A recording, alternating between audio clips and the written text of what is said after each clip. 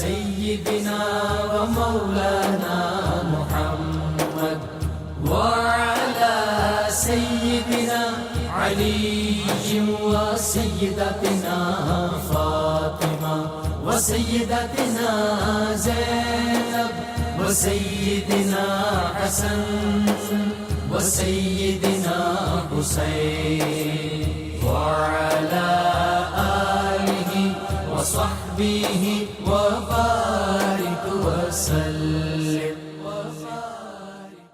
اللهم صل على سيدنا ومولانا محمد صاحب التاج والمعراج والبراق والعلم دافع البلاء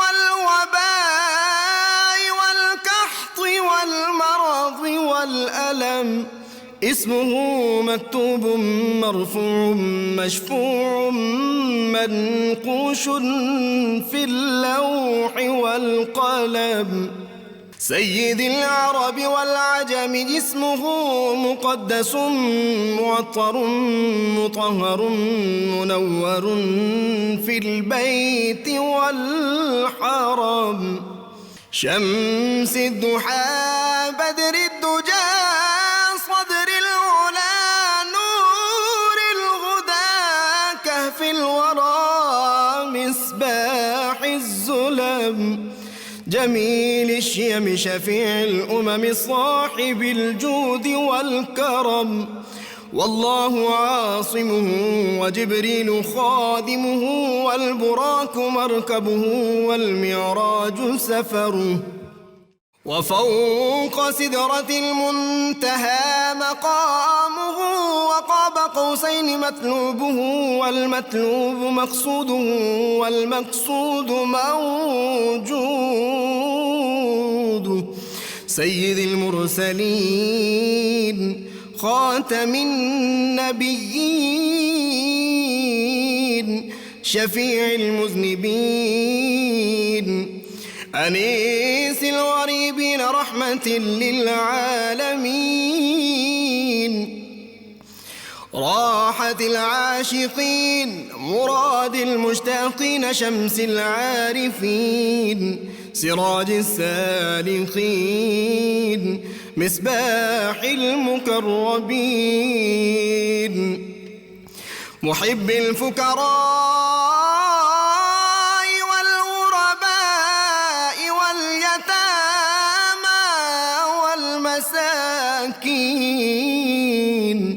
سيد الثقلين نبي الحرمين إمام القبلتين وسيلتنا في الدارين صاحب قاب قوسين محبوب رب المشرقين ورب المغربين جد الحسن والحسين